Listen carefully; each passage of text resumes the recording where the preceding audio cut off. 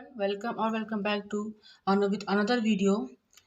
संविधान की प्रमुख विशेषताएं। हम लोगों ने इससे पहले चैप्टर 1 और चैप्टर 2 को कंप्लीट किया है। इसके बाद हम लोग चैप्टर 3 में आ गए हैं और चैप्टर का नाम है संविधान की प्रमुख विशेषताएं। तो इसमें हम देखेंगे कि संविधान की कौन कौन सी विशेषताएं हैं, किस कारण से हमारा संविधान लंबा बना, इसमें क्या कारण है, क्या इसमें अच्छाइयाँ हैं, क्या बुराइयाँ हैं, इसमें क्या ये चैप्टर हम लोगों को क्या बताना चाह रहा है, वो हम इस आज की वीडियो में देखेंगे। तो अगर आप लोगों ने इससे पहले वाला वीडियो नहीं देखा है तो पहले आप उस वीडियो को देख के आइए, दोनों वीडियो को, तब आपको यहाँ समझ में अच्छे से आएगा। और पार्ट बाय पार्ट इस वीडियो को किया जा रहा है, ठीक है। तो चलिए वीडियो को स्टार्ट करते हैं। संविधान की विशेषताएं। यह भारत का संविधान विश्व का सबसे लंबा और लिखित संविधान है। ये हम सब जानते हैं कि हमारा जो संविधान है वो क्या है, लंबा के साथ लंबा है और लिखित संविधान है, ठीक है। लिखित कहाँ का संविधान लिखित है? अमेरिका का, भारत का। और अलिखित कहाँ का है? ब्रिटेन का, ठीक है। तो ये आपको अच्छे से याद रखना है कि हमारा संविधान कैसा है। तो विश्व का लंबा संविधान है और लिखित संविधान है, ठीक है। मूल रूप से 1949 में संविधान में एक प्रस्तावना 395 अनुच्छेद 22 भागों में विभक्त और 8 अनुसूचियाँ थी। लेकिन जो अभी है 2016 में क्या हुआ कि 465 अनुच्छेद हैं, 22 भागों में विभक्त और 12 अनुसूचियाँ हैं, ठीक है। तो ये जो पहला आपका पैराग्राफ है ये बहुत इंपॉर्टेंट है, इसको आपको अच्छे से याद रखना है, ठीक है। अब भारतीय संविधान का लंबा बनने का 4 कारण है, ठीक है। कौन कौन सा 4 कारण है वो हम डिस्कस करेंगे। हमारा संविधान आखिर लंबा क्यों बना ये तो हम लोग को जानना होगा, ठीक है। तो इसके 4 कारण बताए गए हैं। पहला है भौगोलिक कारण। देखिए जो हमारा भारत है बहुत विस्तारित है, बहुत मतलब यहाँ पे अनगिनत लोग हैं, हर जाति धर्म के लोग रहते हैं, बहुत विशाल है, बहुत विविधता देखी जाती है।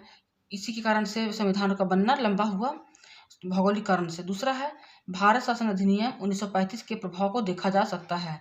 हम लोगों ने पिछले जो पढ़ा है भारत शासन अधिनियम, जिसमें क्या हुआ था कि मुस्लिम संप्रदाय लोग ने विरोध करने लगा कि हम अलग चाहिए, भारत अलग चाहिए, पाकिस्तान अलग चाहिए। इसमें बहुत तरह से समस्याएं हुई थी, जिसके कारण भी इसको लंबे बनने का कारण बताया जाता है। जम्मू कश्मीर को छोड़कर केंद्र और राज्य का एकल संविधान है। जो हमारा जम्मू और कश्मीर है उसको छोड़कर हमारा जो केंद्र और राज्य का है वो एक ही संविधान है, जो हमारा केंद्र और राज्य दोनों में लागू होता है, ठीक है। अब आते हैं विभिन्न स्रोतों में। संविधान न सिर्फ मौलिक सिद्धांत है बल्कि प्रशासनिक प्रावधान भी है। इसमें देखिए संविधान जो बना है इसमें बहुत तरह के नियम कानून हैं, व्यक्तियों के लिए बनाए गए हैं, नियम बनाए गए हैं जिससे वे सुरक्षित रह सके, कोई तरह का किसी को शिकायत ना रहे कि मुझे ये दिक्कत है वो दिक्कत है, सबके लिए समान संविधान बनना। विभिन्न स्रोतों में विहित है। डॉक्टर अंबेडकर ने गर्व के साथ घोषणा की कि भारत के संविधान का निर्माण विश्व के विभिन्न संविधान को छानने के बाद हुआ है। कहने का सेंस है कि सभी संविधान को देखा गया, परखा गया, उसके बाद ही हमारा संविधान का निर्माण किया गया है। इसमें कोई शर्म की बात नहीं है कि अगर कोई कहता है कि उधार का संविधान है या संविधान चीटिंग है, नकल है, तो डॉक्टर अंबेडकर ने कहा है कि उनको कहने में गर्व होता है कि हम लोगों ने सबके संविधान को छान कर ही अपना संविधान बनाया है, ठीक है। संविधान का दार्शनिक भाग कहा जाता है मौलिक अधिकार को, और राज्य के नीति निषेध तत्वों को दार्शनिक भाग कहा जाता है, जो कहाँ से लिया गया है? अमेरिका और आयरलैंड से प्रेरित है। अब इसका राजनीतिक भाग कहाँ से लिया गया है वो देखते हैं हम।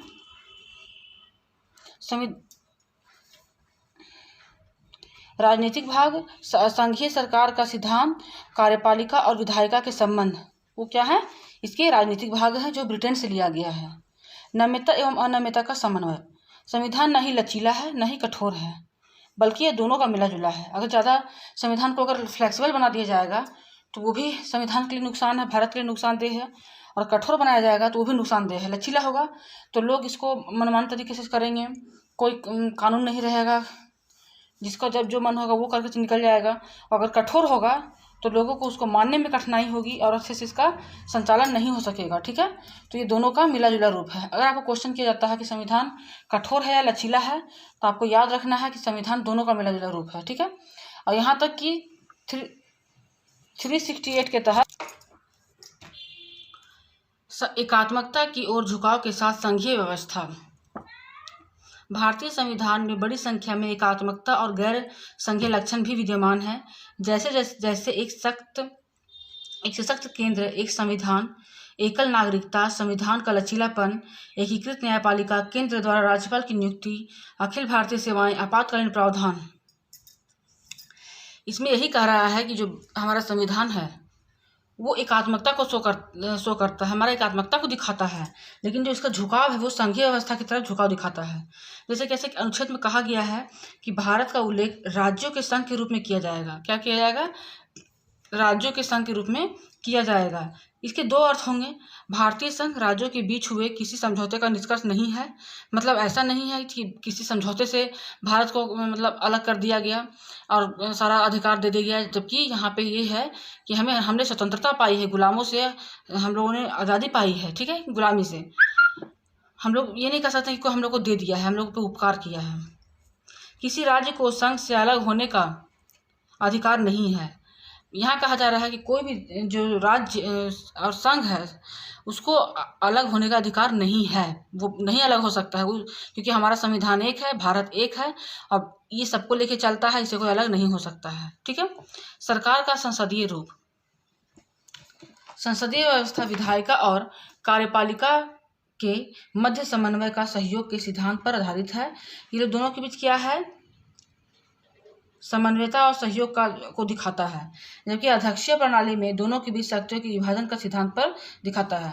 सरकार जो हमारा संसदीय स्वरूप है उसमें कार्यपालिका और विधायिका दोनों का सहयोग दिखता है, दोनों साथ में फैसले लेते हैं, दोनों आपस में विचार करते हैं, मतलब दोनों दूसरे के साथ मिलकर हमारा जो कानून व्यवस्था है वो सुचारू रूप से चलता है।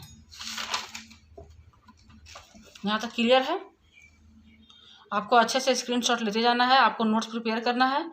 बहुत ही इंपॉर्टेंट चैप्टर्स चल रहे हैं, आप इसको बिल्कुल स्किप मत कीजिएगा। संसदीय प्रणाली को सरकार के वेस्ट मीटर रूप उत्तरदायी सरकार और मंत्रिमंडल सरकार के नाम से भी जाना जाता है।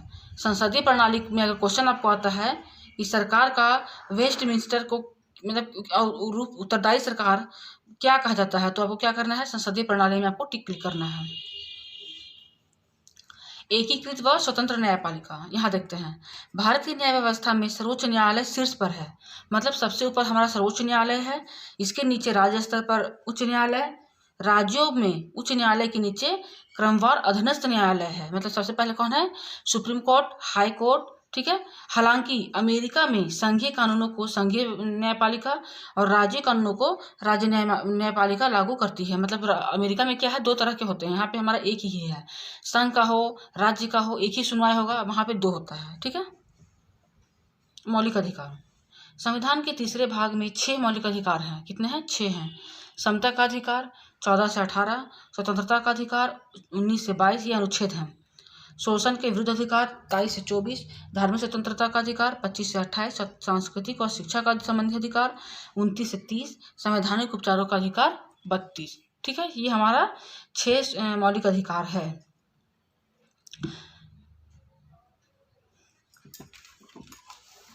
अब आगे आते हैं। यह कार्यपालिका और विधायिका को मनमाने कानूनों पर रोकता है। मतलब मौलिक अधिकार इसलिए बनाया गया है ताकि जो कानून है वो मनमाने तरीके से नहीं करे, सबके ऊपर एक कंट्रोल बना के रखना है ताकि कोई मनमाने तरीके से काम ना करे, किसी को क्षति ना पहुंचे, किसी के साथ भेदभाव ना हो, किसी के साथ अत्याचार ना हो। जिस व्यक्ति के मौलिक अधिकार का हनन हुआ हो वह सीधे सर्वोच्च न्यायालय की शरण में जा सकता है। देखिए यहाँ कोई रोक टोक नहीं, वो अमीर हो, गरीब हो, बूढ़ा हो, वयस्क हो, उस सीधे जाके सुप्रीम कोर्ट में जाके अपना प्रॉब्लम बता सकता है और उसको न्याय मिलता है। अनुच्छेद 21, 20 और 21 द्वारा प्रदत्त अधिकारों को छोड़कर राष्ट्रीय आपातकाल के दौरान उन्हें स्थगित किया जाता है, मतलब रोक दिया। अनुच्छेद 20, 21 को छोड़ करके जो जितना भी राष्ट्रीय आपातकाल के दौरान जो है उनको स्थगित किया जाता है। जैसे कि स्वतंत्रता का अधिकार, जितना भी अधिकार होता है उसको रोक दिया जाता है आपातकाल के दौरान। कुछ कुछ जैसे होता है जीवन संबंधी अधिकार, आपको शोषण से विरुद्ध अधिकार, ये सबको आपको उस टाइम आप कर सकते हैं, आपको थोड़ा बहुत उसमें आपको न्याय मिलेगा, लेकिन बाकी सबको रोक दिया जाता है। राज्य के नीति निर्देशकत्व का सिद्धांत जो आयरलैंड से लिया गया है।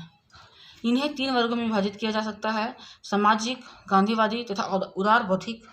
नीति निर्देशक तत्व का कार्य सामाजिक व आर्थिक लोकतंत्र को बढ़ावा देना है। इनका उद्देश्य भारत में एक कल्याणकारी राज्य की स्थापना करना है। क्या करना है? कल्याणकारी राज्य की स्थापना करना है। आपको नीति निर्देशक तत्व का मेन कीवर्ड है कल्याणकारी राज्य की स्थापना करना। ठीक है। मौलिक कर्तव्य 2002 में 86वें संविधान संशोधन में एक और मूल मौलिक कर्तव्य को जोड़ा गया है। मौलिक कर्तव्य नागरिकों को ये याद दिलाते हैं कि अपने अधिकारों का इस्तेमाल करते हुए उन्हें याद रखना है कि उन्हें अपने समाज, देश व अन्य नागरिकों के प्रति कुछ जिम्मेदारियां का निर्वाह भी करना होता है। जैसे कि हम लोगों को सिर्फ फ़ायदा लेने से मतलब नहीं रखना है, हम लोग को भी ये देखना है कि हम लोग क्या कर सकते हैं संविधान के लिए। सिर्फ हम यही नहीं कर सकते कि हमको स्वतंत्रता दीजिए तो हम व्यवसाय दीजिए, मतलब अपने तरफ से ही हम लोगों को तो करना ही है, लेकिन हम लोग को ये भी याद रखना है कि हमारा क्या कर्तव्य है संविधान के प्रति, देश के प्रति। इसलिए मौलिक कर्तव्य को बनाया गया है।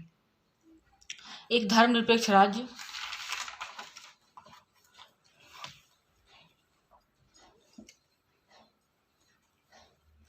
सार्वभौम वयस्क मताधिकार, मतलब जब व्यक्ति अधिक मत देने के लिए, अपना वोट देने के लिए स्वतंत्र रह जाता है, जब उसका एज हो जाता है तो वो कहीं भी अपना दे सकता है, मत दे सकता है।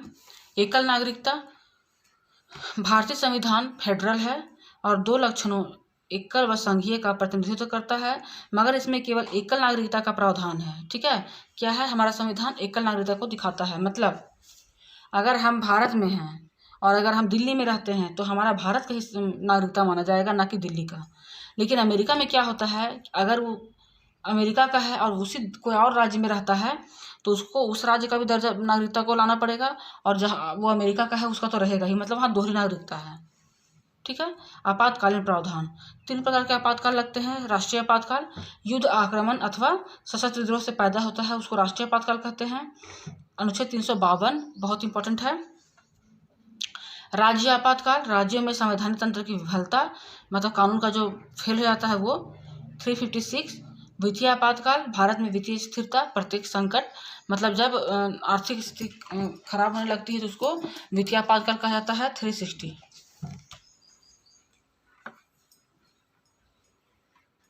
त्रिस्तरीय सरकार,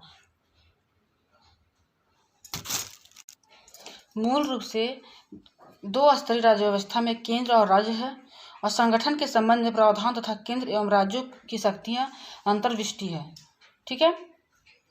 बाद में वर्ष 1992 में 73वें एवं 74वें संविधान संशोधन के 3 स्तरीय स्थानीय सरकार का प्रावधान किया गया है, जो विश्व के किसी और संविधान में नहीं है। मतलब ये हम लोग का जो है वो 3 स्तर का सरकार है, जैसे कि केंद्र, राज्य और एक पंचायत स्तर पर है, जो सिर्फ भारत में ही है, किसी अन्य देश में नहीं है।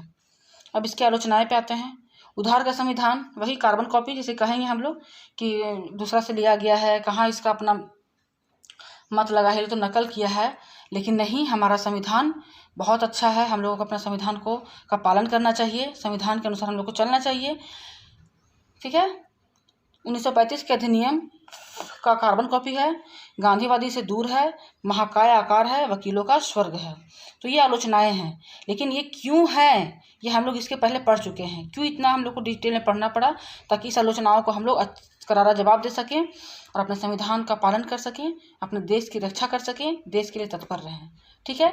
मिलती हूँ एक नई वीडियो के साथ अगले चैप्टर में। तब तक के लिए बहुत बहुत धन्यवाद।